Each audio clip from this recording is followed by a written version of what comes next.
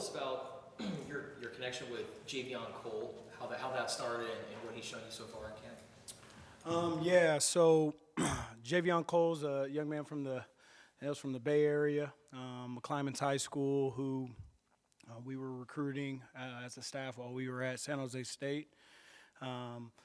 Ended up, just because of timing, ended up signing with Cal Poly. Once the head coach left there, he entered the portal, and due to relationships and whatnot, ended up coming over to us from Cal Poly to San Jose State and played for us for a year, and then obviously we leave after that year, and he gets in the portal and ended up at Texas, and honestly, once he got back in the portal, we kind of knew that we'd have a shot at him, and we were in need, obviously, and decided to hit him up and kind of rekindle that flame per se. But Javion is I call him Steady Eddie, man. He's a young man that shows up every day. He's always ready to work. Javion has grown tremendously, not just physically, but just the mental capacity, the football IQ part of the game. He's a young man that we are really pleased with what we've seen thus far. And obviously, we're just over halfway through this thing, and we still have some opportunities to go out and get better, but he's a young man that takes advantage, of his opportunities every single day. And how did he go from, I guess, Cal Poly San Jose to now 2 Power 4 programs? Do you think maybe he was under-recruited, late bloomer? What do you think led to? I would tell you, I don't know how he would tell the story. I would tell you that, in the world of transfer portal, there are a lot of high school seniors that get overlooked, and I'd say he was one of those young men. But I know at the time he had some options, and Cal Poly was the best fit for him. The thing I would, argue for him is he's been productive everywhere he's been. He's productive at Cal Poly. He's productive for us at, San Jose State. He ended up redshirting at Texas, but, heck, they put him in the game, and he ends up with an interception. The kid knows how to make plays, and that way.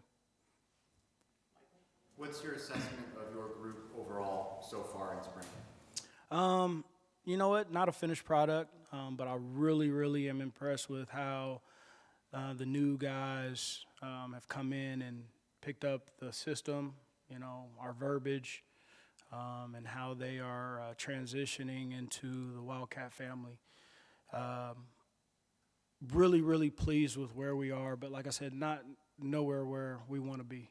The standard is very high, just a tradition of DB play here at Arizona, and that's something that we have introduced these guys to, but we are nowhere near where we want to be, continuing to take advantage of every opportunity that we get every day. How different are things schematically or in terms of the verbiage under Danny Gonzalez versus what you were doing last year? You know what? I'd say that there are some similarities and there are some differences, not a ton either way.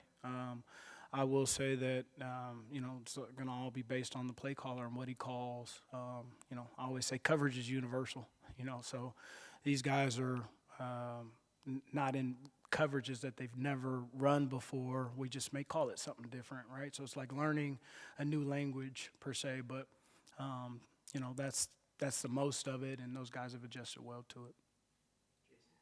Is it difficult, or is it a thing where, you have a guy that's played at 2 other schools for multiple other coaches? Are there habits that sometimes with these guys you have to kind of change, or is it a benefit that they've played college football before? Great question, Jay. It's good to see you too, man. I always say, that there's more than one way to skin a cat. And so when a young man has been other places, use Marquise Groves Killer Brew, for example. He has been other places.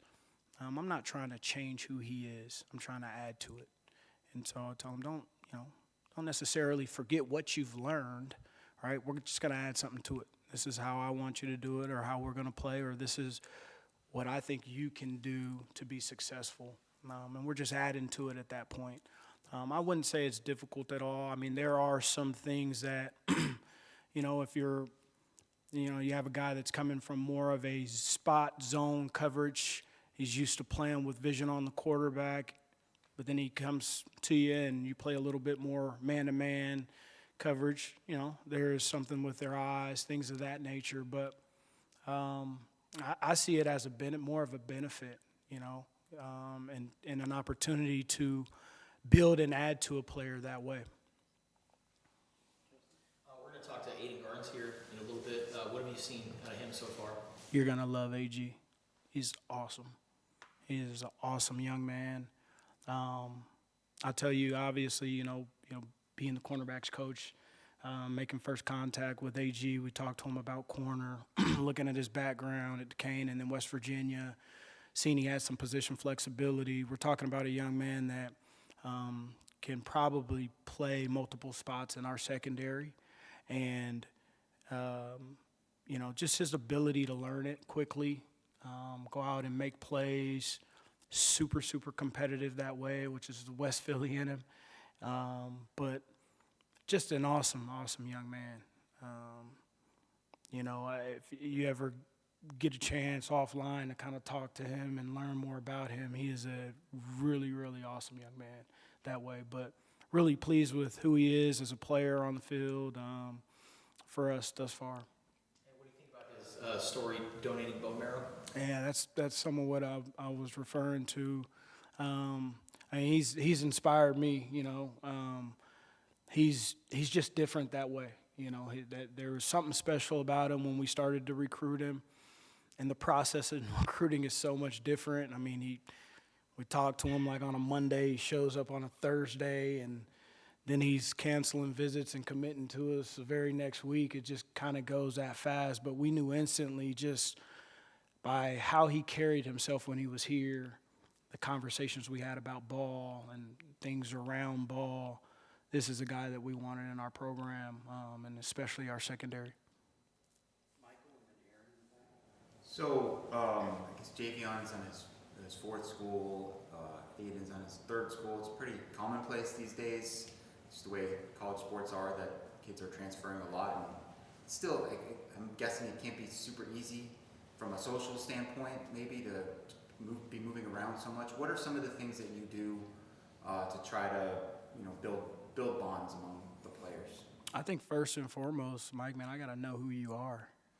I got to know why you're in the portal in the first place. I need to know why you made the first move, the second move, and in a lot of instances with a lot of these guys, as you alluded to, the third move. And those are serious conversations.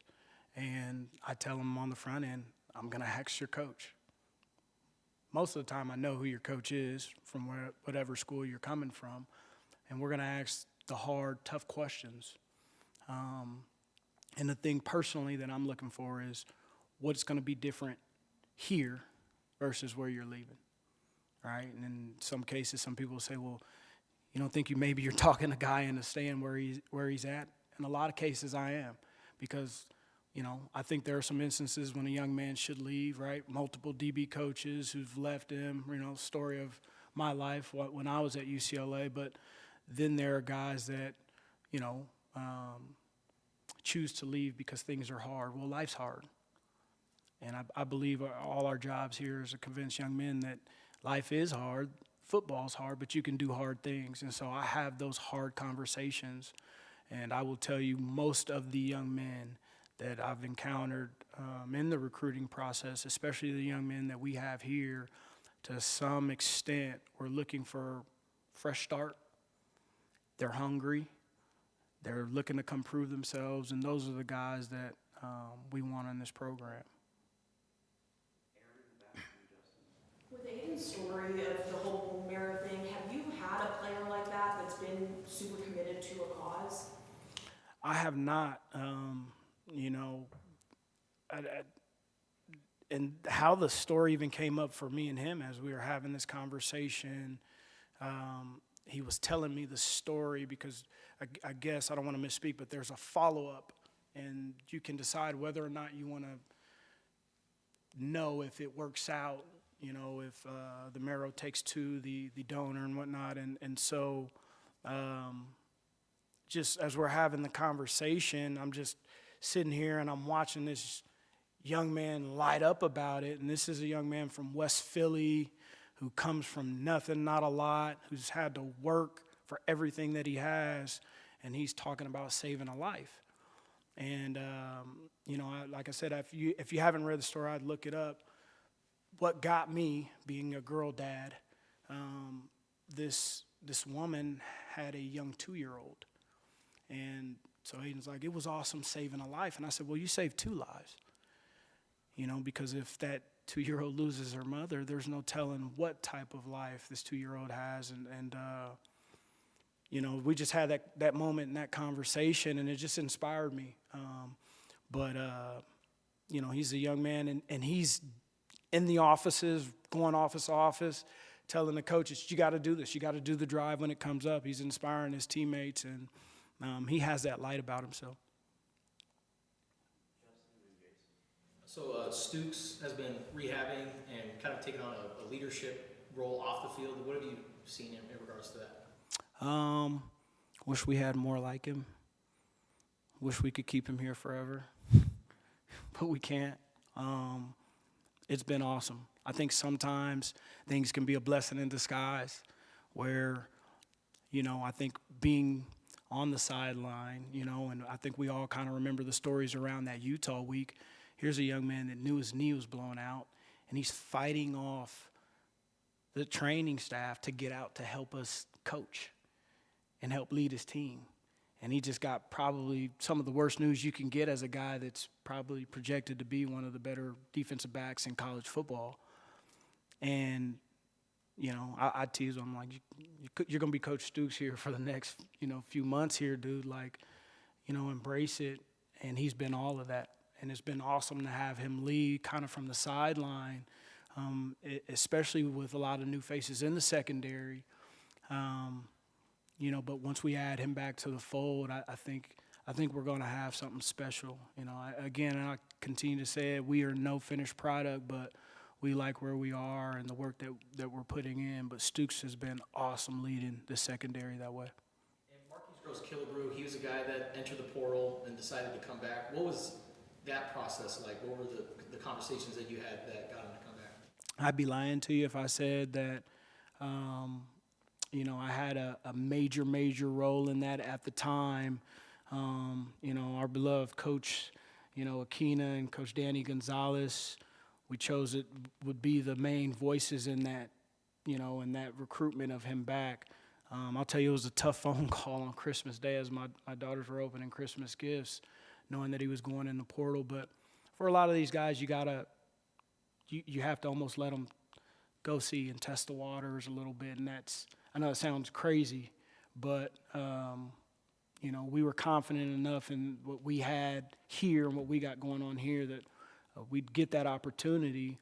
But in that moment, we weren't going to stop the decision that was made. But ultimately, I talked to Marquise when it first happened. It was something that he and his family had decided, and he did that. The thing that I will tell you is that Marquise retained communication with us the entire time, but between Coach Akina and Coach Gonzalez, they really worked their butts off to keep him here.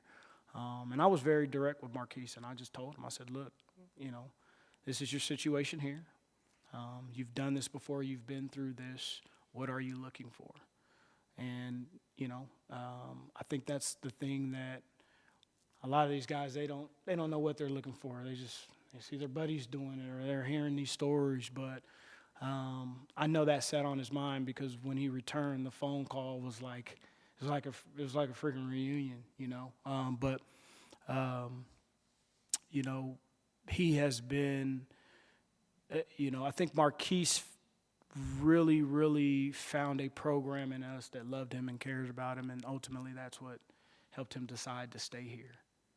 And, right, that's hard in today's world, right? And when you look at his story, obviously third place in 3 years for Marquise, that's what he was looking for, and that's what he has here. Ultimately, that's what helped him, make the decision to stay.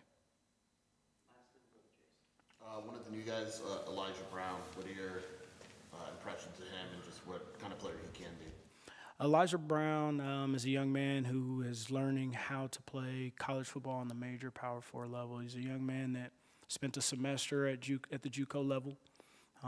He's got all of the tangibles and some of the intangibles that it takes to be a really successful DB on this level, but figuring it out, right, how to be a student athlete, and ultimately finding out that there are guys that are the same size as him that move really, really fast, really, really quickly, finding his urgency. But he's a young man that has fully embraced, our culture, our program, and is learning it. And he's a young man that has accepted the challenge that is me. And I told him, I'm going to challenge you every day because we have a standard in the room, and you're a part of that, and we got to bring you along.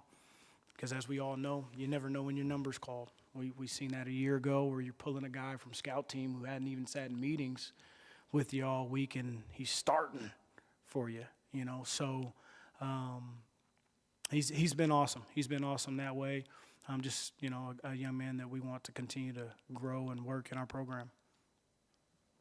All right, that's our time. Awesome. Thank you guys. You guys take care.